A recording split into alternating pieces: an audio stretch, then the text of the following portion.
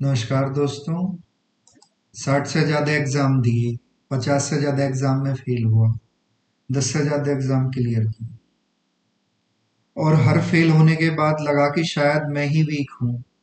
आज जो बोलूँगा वो मार्क्स की स्टोरी नहीं, सर्वाइवल की स्टोरी है। कुछ लोग रिजल्ट देखकर टूट जाते हैं। मैं बार बार फेल होकर भी तैयारी करता रहा। मैंने अपने करियर की स्टार्टिंग एनडीए की तैयारी से शुरू की थी। एनडीए में कई बार फेल होने के बाद मेरे को लगा इधर मेरे से नहीं होगा, तो एसएससी की तरफ चलते हैं। एसएससी में भी मेरा हाल कुछ अच्छा नहीं रहा। उधर भी मैं कई बार फेल हुआ। फैमिली की तरफ से प्रेशर बढ़ने लग गया। कुछ लोग फैमिली में सपोर्ट करते थे, लेकिन कुछ लोग बार बार पूछते, यार तेरी नौकरी कब लगेगी।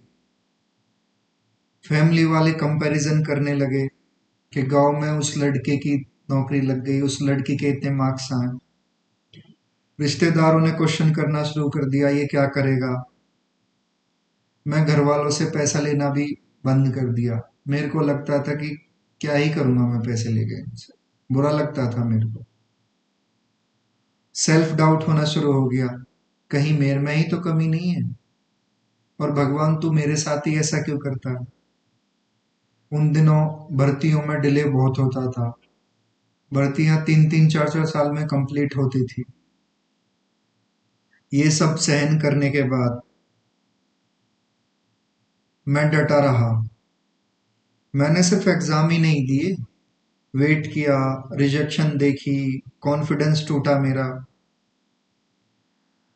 लेकिन कॉन्फिडेंस टूटने से मेरे को एग्जाम में कई सारे लेसन सिखा दिए। आज मैं उन्हीं लेसन्स की आपसे सिर्फ बात करूंगा। पहला लेसन क्या है? Hard work versus smart work. Hard work के ऊपर हमेशा स्मार्ट वर्क वारी रहेगा। मैं पहले 10 12 घंटे पढ़ के खुश होता था। बाद में समझा घंटे काउंट करने और प्रोग्रेस करने अलग चीजें हैं। दोनों अलग चीजें हैं, प्रोग्रेस करना और घंटे काउंट करना। सारी चीजों को इक्वली समय देना हमारी गलती है। हमें वीक टॉपिक्स को कम टाइम देना है, और जो हमारे जो हमें हार्ड लगते हैं उनको ज़्यादा टाइम दें। अगर हम इंग्लिश में 45 नंबर आउट ऑफ 50 ला सकते हैं और मैथ में हमारे 25 आउट ऑफ 50 आते हैं, तो हमें प्रायोरिटी इंग्लिश को देनी है, क्योंकि उधर ज़्यादा मार्क्स इंक्रीज हो सकते हैं। 25 नंबर हो सकते हैं, मैथ में सिर्फ 5 होंगे। और ये भी नहीं करना कि सिर्फ इंग्लिश ही पढ़ रहे हैं, मैथ्स नहीं पढ़ते। मैथ्स को भी टाइम देना है, ताकि उसमें मार्क्स कम ना हो। दूसरा, स्ट्रेटेजी। कोई भी एग्जाम शुरू करने से पहले, तैयारी शुरू करने से पहले आपको एक दिन लगाना है उसकी स्ट्रेटेजी बनाने। स्ट्रेटेजी का मतलब ये नहीं है कि आप दूसरों का टाइम टेबल कॉपी कर लो। आपको देखना है आपकी स्ट्रेंथ क्या है, एग्जाम की डिमांड क्या है, एग्जाम सिलेबस क्या है। पैटर्न को समझना है, सिलेबस को जानना है, और हो सके तो 5 से 10 साल के पीवाई क्यू एनालिसिस करने हैं। ये बहुत जरूरी चीजें हैं। हम भूल जाते हैं, हम सिर्फ पढ़ने में लग जाते हैं। हमारी कोई स्ट्रेटजी होती ही नहीं है। आपके वीक पॉइंट्स क्या हैं, कौन से टॉपिक्स में आप अच्छा परफॉर्म नहीं करते हो, ये जानना बहुत जरूरी है। उन वीक पॉइंट्स पर ज्यादा काम करना।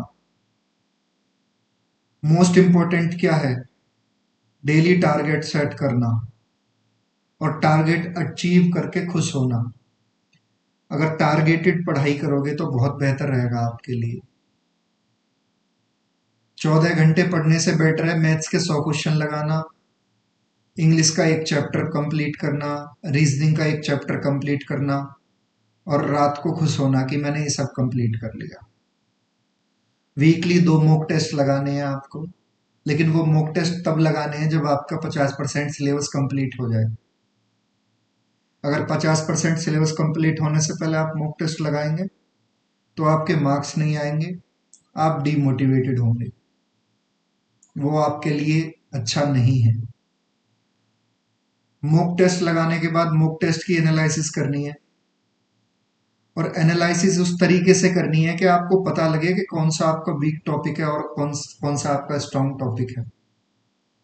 वीक टॉपिक को फोकस ज्यादा करना है, ये मैं पहले भी बता चुका हूं, फिर बता रहा हूं। अगर आप ये सोचते हैं सिर्फ पढ़ना ही स्ट्रेटेजी है तो आप गलत हैं। क्या पढ़ना है, कितना पढ़ना है, किस तरीके से रिवाइज करना है, आपकी क्या स्ट्रेटेजी है एग्जाम को लेकर, वही स्ट्रेटेजी है। नेक्स्ट देखते हैं, रिवीजन। रिवीजन बहुत ज्यादा मैटर करता है। ज्यादातर स्टूडेंट पढ़ाई करते हैं लेकिन वो रिवीजन नहीं करते। उनको लगता है सिर्फ ज्यादा से ज्यादा पढ़ लो, लेकिन ऐसा होता नहीं। रिवीजन करने के तरीके होते हैं, कई तरीके, आप अपने हिसाब से उसे ढाल लेना। पहले दिन आपको क्या करना है, पहले दिन आपने पढ़ाई करनी है। डे वन में आपको करना है, टॉपिक को डीप पढ़ना है। ठीक है, डीपली टॉपिक को पढ़ लिया।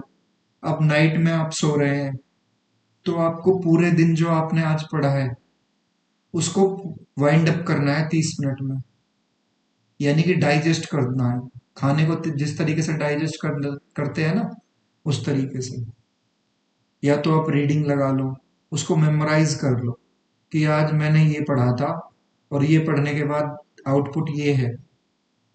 जल्दी जल्दी उन चीजों को मेमोराइज कर दो, बहुत ही ज्यादा यूजफुल है आपकी तैयारी में। जब आप रात को सो रहे हो, एक छोटी सी डायरी मेंटेन करो, कल का टारगेट क्या है वो टारगेट उसमें मेंशन कर लो, और सुबह उठ के उसी पे तैयारी करनी शुरू कर दो।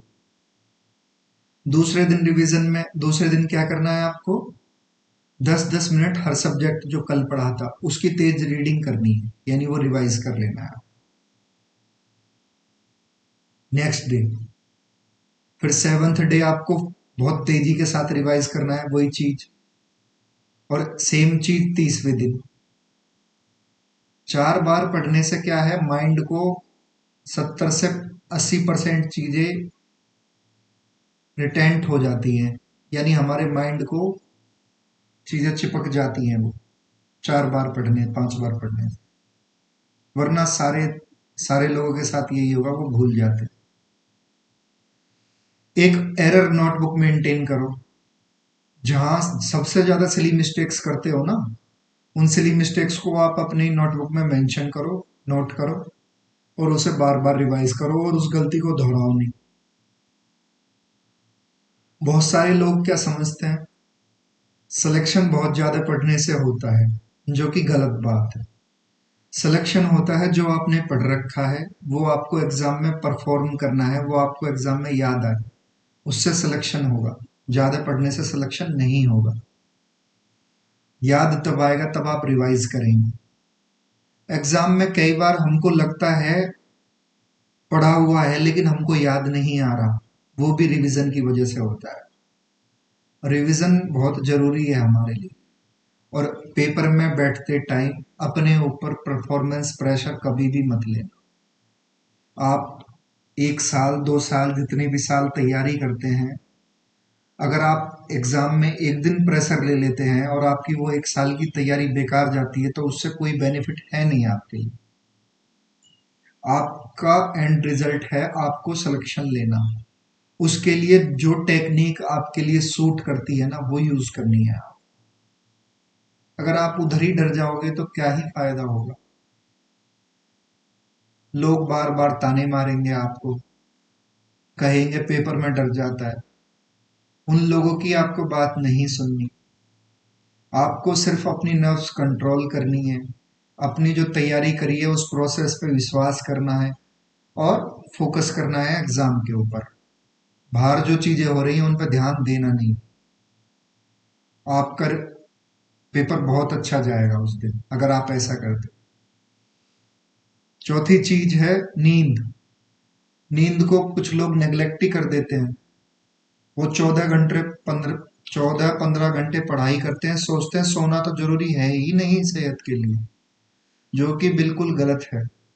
मेरे को भी रात भर जागना डेडिकेशन लगता था। मैं सोचता था कि मैं अगर पूरी रात उठ के पढ़ रहा हूँ तो मैं डेडिकेटेड हूँ। लेकिन मेरे को बाद में समझ में आया अगर मेरा दिमाग ही चीजों को रिटेंट नहीं करेगा तो मेरे रात भर पढ़ने का फायदा क्या। देखो, नींद हमें 7 से 8 घंटे जरूरी लेनी है। रात को हम 7 से 8 घंटे जरूर सोएंगे और ये कंसिस्टेंटली सोना है हमें। तो अगर कोई बंदो रात को 7 घंटे सोते हैं तो उन्हें दिन में 30 मिनट का पावर नैप लेना है। ठीक है, इंग्लिश में सी एक्स्ट्रा बोलते हैं, पावर नैप लेनी है आपको, बहुत जरूरी है आपके लिए। 30 मिनट से ज्यादा की नहीं हो। 7 घंटे रात के, 30 मिनट दिन के, 7.5 घंटे होते हैं, कुछ ज्यादा ये है नहीं, लेकिन आपकी बॉडी 30 मिनट के बाद रिजुविनेट हो जाएगी, रिफ्रेश हो जाएगी, दिमाग एकदम बढ़िया हो जाएगा।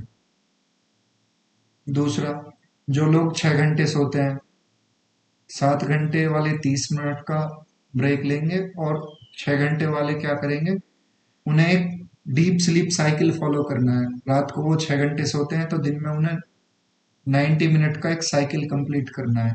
देखो, 90 मिनट का एक स्लीप साइकिल होता है, वो पूरा कर लेना है, उससे ज्यादा नहीं। अपनी हेल्थ, देखो हेल्थ इज वेल्थ। अगर आपकी सेहत ही ठीक नहीं है तो आप नौकरी किसके लिए करेंगे।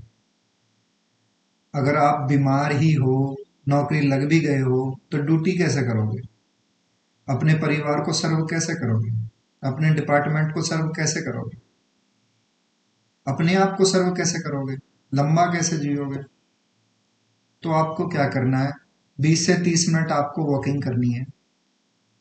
बहुत जरूरी है ये आज की भागदौड़ भरी जीवन में। थोड़ी हल्की सी एक्सरसाइज कर लो, मेडिटेशन कर लो। मेडिटेशन करने से होगा ये, दिमाग व्यवस्थित रहेगा, नए नए ख्याल नहीं आएंगे, सेल्फ डाउट नहीं होगा। योगा कर लो, पॉजिटिव रहोगे, पॉजिटिव अप्रोच अपनाओगे, गलत लोगों की बात नहीं सुनोगे। और एक जरूरी चीज जो आपको करनी है, वेरी इंपॉर्टेंट चीज, दिन में 1 घंटा अपनी रिक्रिएशन एक्टिविटी के ऊपर इन्वेस्ट करना है आपको। यानी कि जो चीज आपको अच्छी लगती है ना, दिन में उसको 1 घंटा जरूर करना है। उस 1 घंटे में आपको उसी पे फोकस रखना है, चाहे वो फोन चलाना हो, ड्राइविंग करना हो, मम्मी से बात करना हो, भाई से, बहन से, दोस्त से, जो भी करना है उसे आपको उस घंटे में आपको वो करना है, जिससे कि आपकी जो माइंड मसल्स है ना, वो रिलैक्सिंग पोजीशन में आए और जो आप पढ़ते हो उससे डिस्ट्रैक्ट होके दूसरी जगह जाए, जिससे आपका आउटपुट क्या है, इंक्रीज होगा, 2x हो जाएगा आउटपुट आपका। देखो, इनपुट और आउटपुट दो चीजें हैं। स्टार्टिंग में आप 3 आउटपुट इनपुट दोगे, आउटपुट एक भी नहीं आएगा, आउटपुट एक भी नहीं आएगा। फिर आपने आउटपुट 2 करना शुरू करा, एक आउटपुट आ जाएगा। ठीक है, और जब आपका आउटपुट एक हो जाएगा, लाइफ का ये रूल है, तो इनपुट एक होएगा तो आउटपुट क्या है, हम पहले बहुत ज्यादा मेहनत करते हैं, आउटपुट हमें नजर नहीं आता। आउटपुट कब नजर आएगा, जब आप अपने अंदर स्किल डेवलप कर लेंगे, आप अपने आप को अपग्रेड कर लेंगे, आपका अपग्रेडेड वर्जन बन जाएगा। अभी आप मेरे से पूछो, मैं 6 महीने नहीं पढ़ूंगा ना, फिर भी मेरे किसी भी एग्जाम में 150 आउट ऑफ 200 मार्क्स आएंगे। यानी कि 75% मार्क्स मैं बिना 6 महीने कोई भी एक किताब, कोई भी फोन, एक क्वेश्चन पढ़े भी मैं लेके आ जाऊं, क्योंकि मुझे सिस्टम क्या है एग्जाम का वो पता चला है। और वो चलता क्या है, अपने आप को अपग्रेड करने से। तो आपको भी अपने आप को अपग्रेड करना है। बहुत ज्यादा पढ़ने से, बिल्कुल ना सोने से, ये आपके लिए बहुत हानिकारक होगा। आप अपने बर्नआउट को मेहनत समझ रहे हो, जो कि बिल्कुल गलत है। आप अगर बहुत ज्यादा सोओगे नहीं तो सब ऐसा लगेगा जैसे मिक्स हो गया, ये लगेगा मैंने तो कुछ पढ़ा ही नहीं है। नेक्स्ट चलते हैं, वर्कलोड मैनेजमेंट। वर्कलोड मैनेजमेंट भी बहुत इंपॉर्टेंट है आपकी स्ट्रेटेजी में। अगर आप ये सोचते हैं आज 14 घंटे पढ़ लेता हूँ और कल पढ़ूंगा ही नहीं, उससे कुछ होने वाला है नहीं, सिलेक्शन से दूर जा रहे हो आप। कंसिस्टेंसी किसी भी चीज के लिए जरूरी है, चाहे वो सिलेक्शन हो, आपकी लाइफ हो, हेल्थ हो, वेल्थ हो। अगर पर मंथ आपकी सैलरी नहीं आएगी तो आपका खर्चा कहाँ से चलेगा? उसी तरीके से हर रोज आप पढ़ोगे नहीं तो आपके सिलेक्शन कैसे होगा? आपको करना क्या है, चाहे आप दिन में 5 ही घंटे पढ़ो, लेकिन पढ़ोगे आप 365 दिन। ये 365 में से 350 हो सकते हैं, ऐसा नहीं है कि सिर्फ ये 200 रहे। अगर आप 350 दिन भी पढ़ते हो तो 1750 घंटे हो जाते हैं 5 घंटे एक दिन पढ़ने से। तो पावर बहुत होती है 1750 घंटे। पढ़ना पीरियड्स में आपको 60 मिनट का एक पीरियड जिसमें आप ज़्यादा कंसंट्रेटेड हो सकें। हो सकता है आप 40 मिनट कंसंट्रेट हो पाए। ये नहीं करना कि 5 घंटे रेगुलर पढ़े जा रहे हैं और आउटपुट कुछ आया नहीं। आपको करना है, उससे बेटर ये है कि 30 मिनट ही पढ़ो और 10 मिनट का ब्रेक ले लो, बट पढ़ना पीरियड्स में है।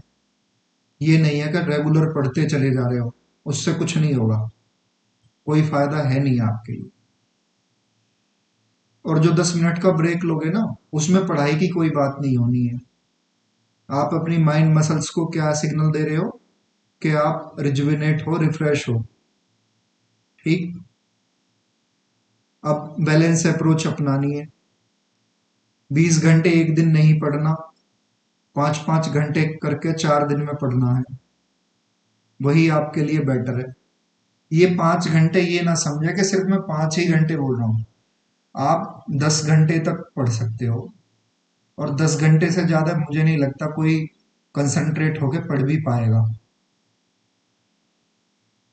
उसका कोई मेरे हिसाब से बेनिफिट है नहीं। कुछ लोग 15 घंटे लाइब्रेरी में पढ़ते हैं, मैसेज करके कहते हैं हमारा मिक्स हो गया, कुछ याद नहीं रह रहा। तो दिक्कत उनकी वो 15 घंटे पढ़ने की। 10 घंटे टोटल, उससे ज्यादा नहीं। ये मेरा सजेशन है, मैं तो नहीं पढ़ता था। दोस्तों, इमोशनल, देखो लाइफ में इमोशनली बहुत डिसबैलेंस होता है तैयारी के दौरान। तैयारी में सिर्फ सिलेबस ही नहीं होता, लोग आपका कंपैरिजन करेंगे। आपकी कोचिंग सेंटर में आपका कंपैरिजन होगा, आपकी क्लास में कंपैरिजन होगा, फैमिली में कंपैरिजन होगा, रिश्तेदारी में कंपैरिजन होगा, रिक्रूटमेंट प्रोसेस में डिले होगा, फेलियर होगा, रिजल्ट आपके हित में आएगा नहीं। तो इन सारी चीजों के बीच में आपने डिमोटिवेट नहीं होना है। आपने कंसिस्टेंसी के साथ अपने आप को अपग्रेड करना है। लाइफ में वही लोग जीतते हैं जो थोड़ा थोड़ा अपने आप को अपग्रेड करते हैं। आज यूं ना समझे कि मैं आपको ये सारी चीज अहंकार, घमंड, किसी भी उस चीज में बता रहा हूं, बिल्कुल नहीं। मैं इतने बुरे दौर से गुजरा हूं कि आप शायद, आप में से कुछ लोग गुजरे हों। मैं यही चाहता हूं कि जिस दौर में मैं गुजरा हूं उस दौर से कोई और स्टूडेंट ना गुजरे। इमोशनल प्रेशर हैंडल करना बहुत जरूरी है आपके लिए। और दोस्तों, मैंने ये चैनल भी शुरू इसलिए ही करा है, मैं ये व्यूज, चैनल पे व्यूज नहीं चाहता। उन स्टूडेंट के लिए शुरू करा है जो स्ट्रगल में अकेला अकेला फील करते हैं अपने आप को। उनसे कोई ये पूछने वाला नहीं है आप कैसे हो, क्योंकि मेरे से भी कोई नहीं पूछता था। मेरे से सिर्फ ये पूछते थे आपका रिजल्ट क्या रहा। मैं अंदर से कितना जल रहा हूं कोई नहीं पूछता था।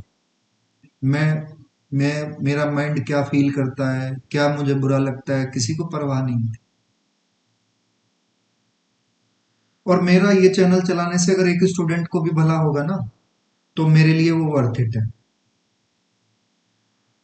दोस्तों, अगर किसी को भी कोई दिक्कत है तो मैं इस सेशन के डिस्क्रिप्शन में टेलीग्राम का लिंक डाल दूंगा, जहाँ वहां से इस सेशन को आप डाउनलोड कर लेना, पीडीएफ को।